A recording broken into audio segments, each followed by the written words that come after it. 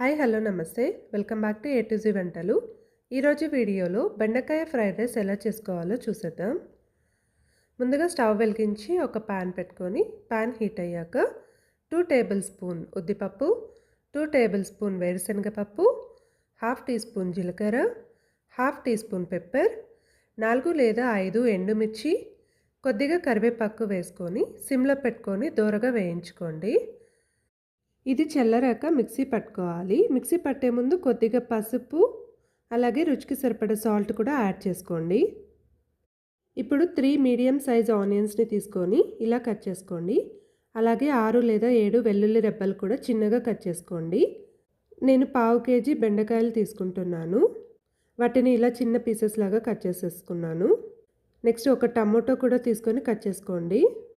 ఇప్పుడు స్టవ్ వెలిగించి ప్యాన్ పెట్టుకొని కొద్దిగా ఆయిల్ వేసుకొని ఆయిల్ హీట్ అయ్యాక కట్ చేసి పెట్టుకున్న ఆనియన్స్, వెల్లుల్లి, అలాగే బెండకాయ ముక్కలు కూడా వేసేసుకొని ఒక 15 మినిట్స్ పాటు సిమ్లోనే పెట్టుకొని వేయించుకోండి.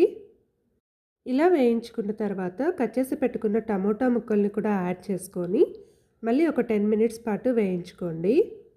ఇప్పుడు బెండకాయ బాగా ఫ్రై అయిందా లేదా అని ఒకసారి చెక్ చేసుకోండి. తర్వాత మిక్సీ పట్టి పెట్టుకున్న పౌడర్ని యాడ్ చేసి బాగా మిక్స్ చేసుకోండి. ఇలా మిక్స్ చేసుకున్న తర్వాత మనం ముందుగా కుక్ చేసి పెట్టుకున్న రైస్ని యాడ్ చేసుకొని బాగా మిక్స్ చేసుకోండి. తర్వాత కొద్దిగా లెమన్ జ్యూస్ యాడ్ చేసుకుంటే సరిపోతుందండి. ఎంతో టేస్టీగా ఉండే బెండకాయ ఫ్రైడ్ రైస్ అయితే రెడీ అయిపోయింది. మీరు ఒకసారి ట్రై చేసి ఎలా ఉందో కామెంట్ చేయండి. ఇలాంటి మరిన్ని వీడియోస్ కోసం నా ఛానల్ని సబ్స్క్రైబ్ చేసుకోండి. Thanks for watching.